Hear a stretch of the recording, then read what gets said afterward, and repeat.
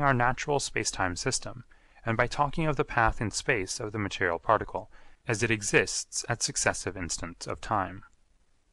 We have to ask ourselves, what are the laws of nature which lead the material particle to adopt just this path among event particles and no other? Think of the path as a whole. What characteristic has that path got which would not be shared by any other slightly varied path? We are asking for more than a law of gravity. We want laws of motion and a general idea of the way to formulate the effects of physical forces. In order to answer our question, we put the idea of the attracting masses in the background and concentrate attention on the field of activity of the events in the neighbourhood of the path.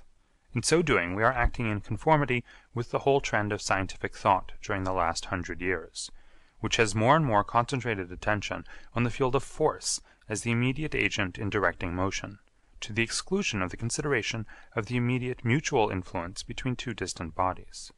We have got to find the way of expressing the field of activity of events in the neighbourhood of some definite event particle E of the four-dimensional manifold.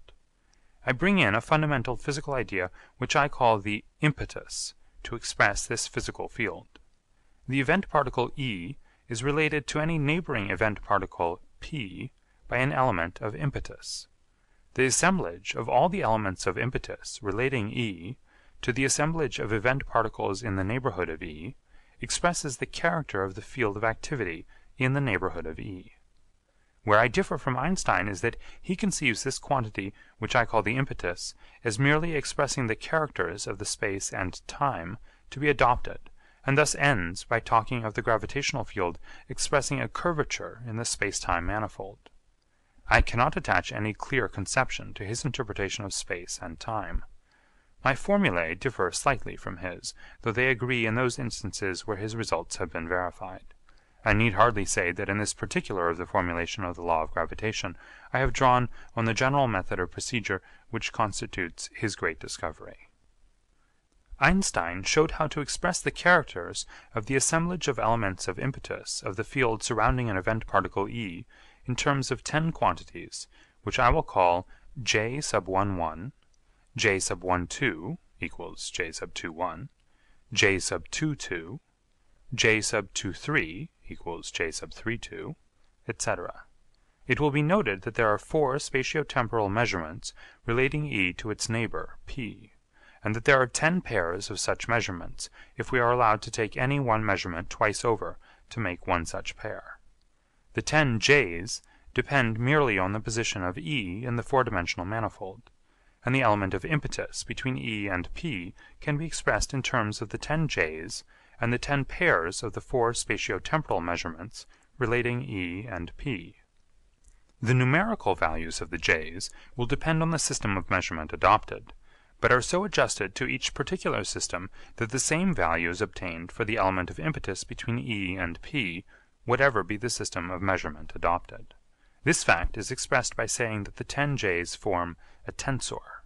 It is not going too far to say that the announcement that physicists would have in future to study the theory of tensors created a veritable panic among them when the verification of Einstein's predictions was first announced.